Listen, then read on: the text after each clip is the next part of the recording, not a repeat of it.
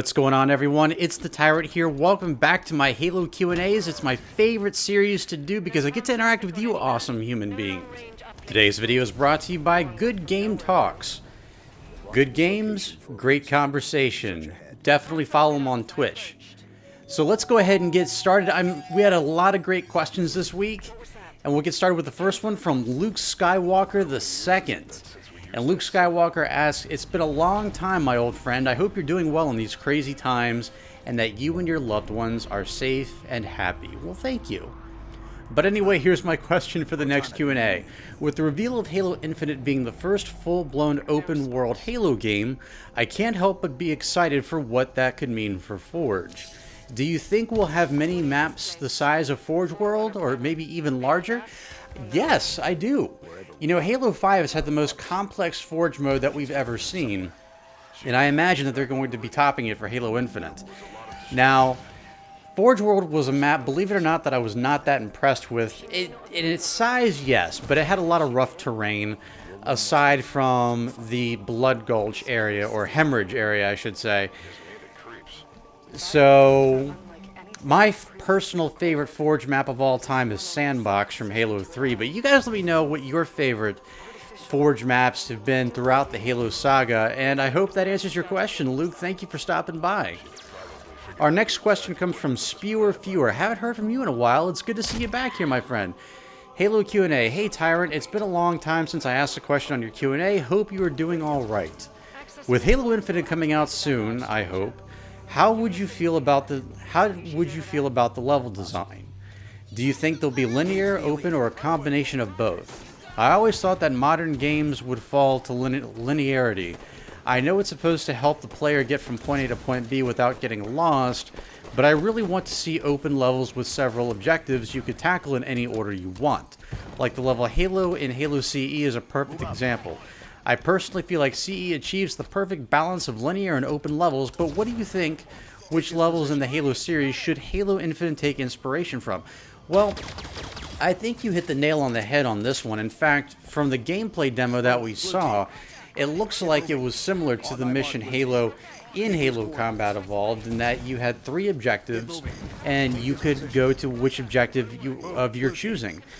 The other type of, I would say, mission, I don't know if I'd call this really a mission. It's more of a hub world, but something that they could take inspiration from, certainly, is Mombasa Streets from Halo 3 ODST, because if you recall, you could actually do some of those missions in different orders as well. As a matter of fact, Uplift Reserved was the 3rd mission that I did on my first playthrough.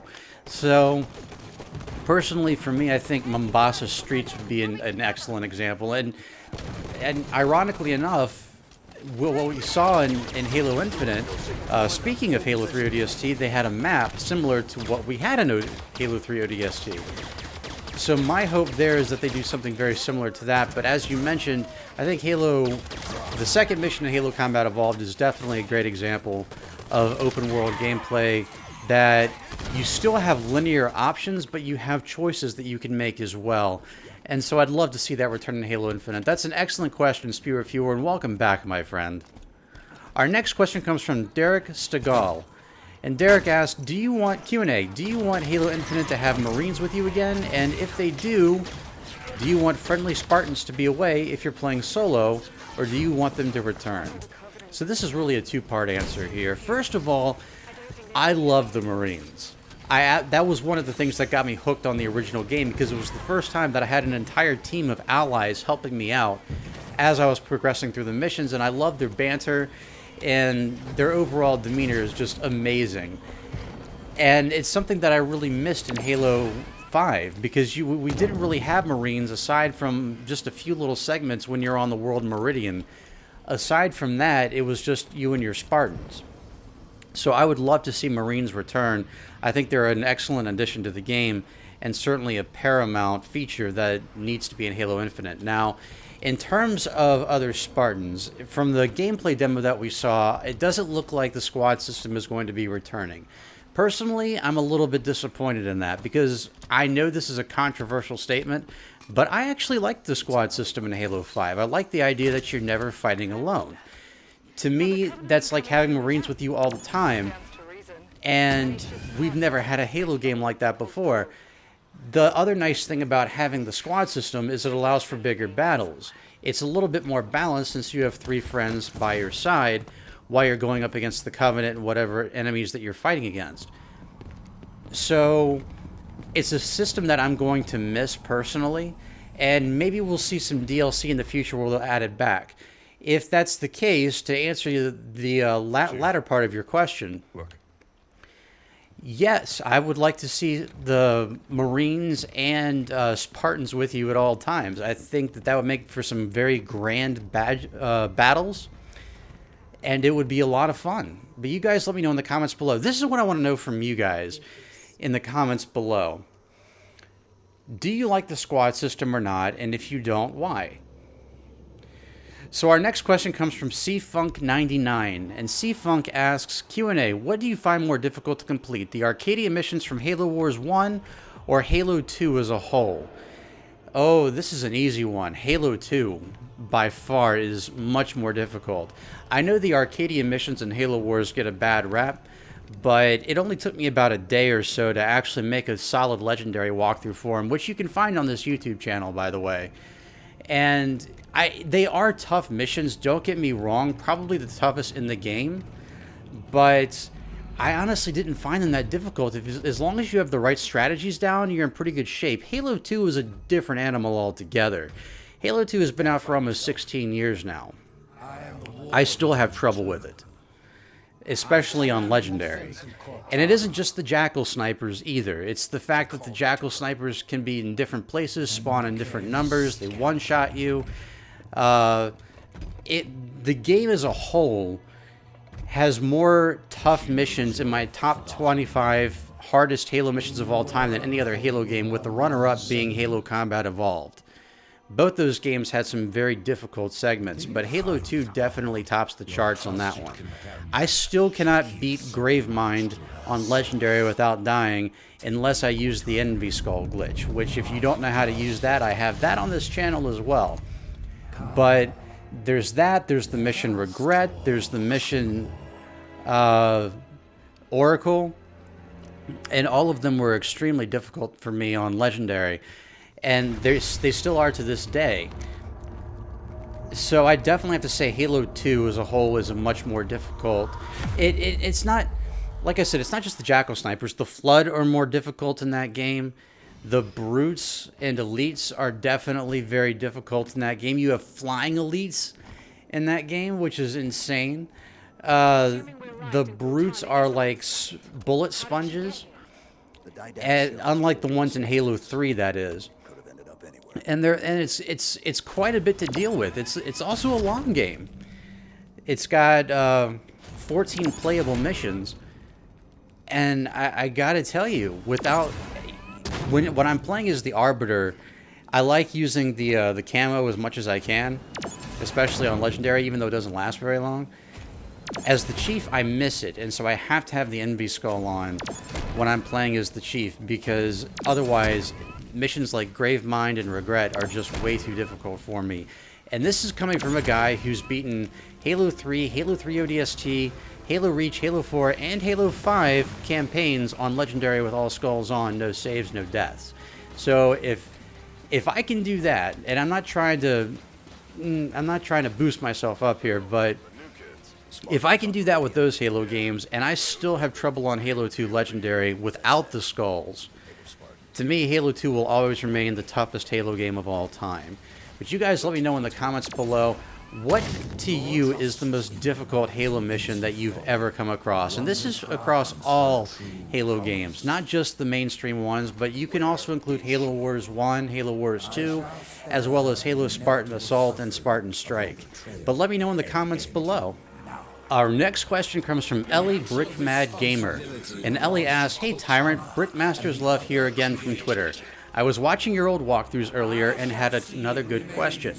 I really didn't like Halo 5 at all, so is it bad that I don't really think that Halo Infinite will be much better? And what are your thoughts on the Halo Infinite gameplay?" Well, interesting that you asked that, because there's been a lot of feedback from the community, and I haven't really put my 2 cents in yet. Personally, I like the designs of the Banished. Some people don't. They wish they were a bit more rugged, but I actually like their designs, especially the elites. They remind me of the elites from Halo 2 Anniversary, and they look absolutely fantastic. I like the look of the brutes, especially you, Craig. And I like the fact that we have an open world level design. In terms of the graphics, I wasn't that impressed, but from what I understand, it was from an earlier build, so they don't have all the shading in correctly yet. And I look forward to seeing it. I mean, the new weapon, the new automatic rifle, I'm a little bit disappointed with. And the shotgun, the new shotgun reminds me of something out of Gears of War. And it's or Titanfall would be a better example. It looks interesting. It doesn't feel like Halo, though. The new pistol, pretty much the same way. It feels like something out of Call of Duty rather than Halo, but... You know, I haven't had a chance to play the game yet, so I'm going to reserve my opinions until I actually get my hands on Halo Infinite. From what I've seen so far, it looks impressive. Is it what everything I hoped it would be? Not yet, but we've only seen a little bit of it. But you guys let me know in the comments below what you think of the gameplay so far, about having the Banished as your primary antagonist there. And I think it's interesting because I actually predicted in my video the Covenant won't be in Halo 6, and I was right. The Covenant aren't. It's the Banished. You still have the same species, but it's not the Covenant. It's totally a different faction. So I think that's interesting too. But you guys let me know in the comments below what you thought of the Halo Infinite gameplay. Our next question comes from Halo Player M6G, and Halo Player asks, why did you stop making Halo content? Well, this is a two-part answer as well. So, I'm primarily known for doing Halo walkthroughs, right? The problem is there's only but so many Halo games out there that you can do walkthroughs for. And I've done walkthroughs for all of them. In fact, I've done multiple walkthroughs for multiple Halo games. The only Halo game to date that I have not done a walkthrough for is Halo Spartan Strike, and I don't know if I'm going to. I'm still kind of I started on one. I just never finished it because I wasn't really impressed with the game that much. I liked Halo Spartan Assault much better, and I liked being able to play it on my Xbox, whereas Halo Spartan Strike is on the PC. I don't know if it's for they've ported it to Xbox One yet, but I do remember playing Halo Spartan Assault on my Xbox One and rather enjoyed it. But when it came to Halo Spartan Strike, I didn't like the Prometheans, and I didn't like the Promethean weapons, and it just wasn't as polished to me as Halo Spartan Assault was. So that's one reason why I haven't done a walkthrough on Spartan Strike yet. But in terms of what I have done with walkthroughs, I've done multiple walkthroughs for Halo 3, Halo 3 ODST, Halo Reach, Halo 4, and Halo 5. And I've done walkthroughs for Halo Combat Evolved and Halo 2. There really isn't a lot more out there for me to do in that regard. Even, you know, I'm always impressed by folks like Hidden Xperia and Halo Canon who can come up with Halo content on a regular basis. They're lore masters. I'm not. They can dive deep into Halo lore and continuously make content on it, but when you look at other Halo channels, or channels that started out being Halo channels, very similar to, well, some examples would be the Axeman and Luke the Notable. They started out with Halo, but they branched off away from it. And I believe that's because there really just was not that much Halo content to post. There's some there, don't get me wrong, and what's there is golden. But it's not enough to sustain a YouTube channel forever. You need to be able to branch out. I was actually having a conversation with Hidden Xperia not that long ago, and he wants to branch out to the Resident Evil franchise, which I think is an excellent idea. It's a franchise that I love very much. It's a franchise he's very passionate about, and it would give him double the content. I even suggested he post some World of Warcraft stuff too, because that has pretty much infinite lore to it. There's always new expansions coming out, and there's just so much background there with Warcraft that you could probably make content for the next 10 years easily. So, in my opinion, that's why I don't post that much Halo content is because I basically ran out of Halo content to post. But I've been picking back up the Halo Q&As. You've seen recently that I started porting my old Halo 3 Mythic walkthroughs over to this channel for the first time, since I actually did them back in 2009, and people seem to love them so far, and I plan on doing the same thing for Halo 3 ODST. I probably won't do it for Halo Reach because I already have the laser challenge guides on this channel for it, but I definitely plan on doing it for Halo 3 ODST. I have a Mythic walkthrough on this site already for ODST, but it doesn't have commentary, and I plan to rectify that for the next walkthrough. So I hope you enjoy the new Halo content. Obviously, when Halo Infinite drops, there's going to be a lot more Halo content, and I do have other interests as well. Obviously, I have my World of Warcraft series that I post on 5 days a week. I have my Dino Fights videos that I post on the weekends, and I just wrapped up my Godzilla series, so hopefully you guys enjoy those as well. But that's an excellent question, Halo player, and thank you so much for asking. And our final question of the week, our star question, comes from Jacob Stubbs. And Jacob asked, Q&A, Tyrant, 343 has said Halo Infinite will be the last standalone Halo game for maybe the next 10 years, as they continue to update the game like Bungie does with Destiny, where they also add new parts of the story. What are your thoughts on this, on the new features in Halo Infinite? I think it's interesting that you bring this up because I also predicted this was going to happen. If you remember my Halo The Rise and Fall series, the final video in that series, video number 7, I predicted that Halo Infinite, or at the time we knew it as Halo 6, would be the last major Halo game.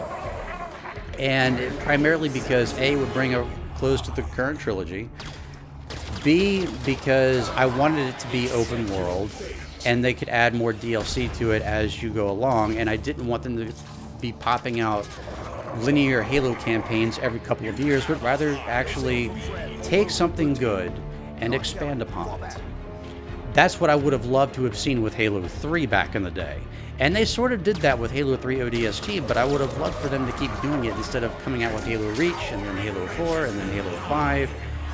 So, first of all, if they actually stand by this, it'll be interesting, because 10 years is a long time. That's actually the length of time between Halo Combat Evolved and Halo 2 versus Halo Combat Evolved Anniversary and Halo 2 Anniversary. A lot can happen in 10 years. The graphics change, new consoles can come out, and it'll be interesting to see, like, if they make another Xbox before that time frame is up, will that mean that Halo Infinite will get a graphical update? Will it mean that they're going to come out with another Halo title? Who knows? In fact, they may not come out with another Xbox for the next 10 years. We don't know the answer to that question either. But I love the idea of it, because if it's a game that I can get really attached to, then I'd love to see more content made for it. And that's really good for the community too. Not just the players, but also content creators. When you think about it, if all they do is continuously update the same game, then we'll probably get more story elements and more updates more often, which means that we don't have to wait 3 years to get something new for the Halo franchise. So that means more Halo content to post, more walkthroughs to post, more theory videos, and lots more to look forward to. When it comes to Halo Infinite, I really hope they can nail this one. As we've seen so far, the game seems like it's going to be open world. And that's going to be the first major Halo title to have an open world experience. Halo Combat Evolved sort of did. And it's probably the closest thing that we've had so far, Halo 3 being a close second. If they can make this game work, and I'm really hoping they can actually make it last for quite a while. And I look forward to that so much. Again, I'm a little bit skeptical with some of the new weapons. We haven't seen the final product yet, so it's entirely possible that things could change between now and holiday of this year in terms of Halo Infinite. But in terms of what I've seen so far, aside from the weapons, I think that the game has a lot of promise. I like the map system, and they could really expand on that. What if it expands beyond Zeta Halo? What if you could travel to other worlds? What if you could travel to the Ark? What if you could travel to the remains of Reach? We know that Reach recovered, so maybe we could have some battles on there, maybe some battles on Earth. I'd like to see the impact that the Created had on the Halo universe. It seems like this is going to be a very Banished-focused game, but maybe this is just the first part of it. Maybe we'll get more enemies, more factions. Maybe we'll get to see the Flood again. After all, we're on a Halo ring, and guess what's on a Halo ring? The Flood. But I'd like to see campaigns centered around this. Very similar to the way Halo Wars 2 did it with the Flood and with the Banished. I think they could pull something very similar off with Halo Infinite and different factions. I'd like to hear your thoughts and opinions on this as well. I'd like to hear what you'd like to expect from Halo, or what you expect from Halo Infinite, and like what you would like to see this game become as time goes on. If you have questions, I would love to hear your questions in the comments section below, and your thoughts and opinions as well. If you post your questions in the comments section, I will answer them for the next Q&A. And I want to take a moment to thank each and every one of you for taking the time out of your busy day to sit down and watch this video. I really do hope that you enjoyed it. And if you did, I hope you'll consider subscribing for more great content right here on the channel. We have the next chapter of my Halo 3 Mythic/Laser walkthrough, aka The Storm, premiering on Monday. And I hope you're looking forward to that as well. Again, thank you all so much for watching. I hope you all have an absolutely wonderful week. I'll catch you all right back here next time. And as always, I'm the Tyrant, signing off.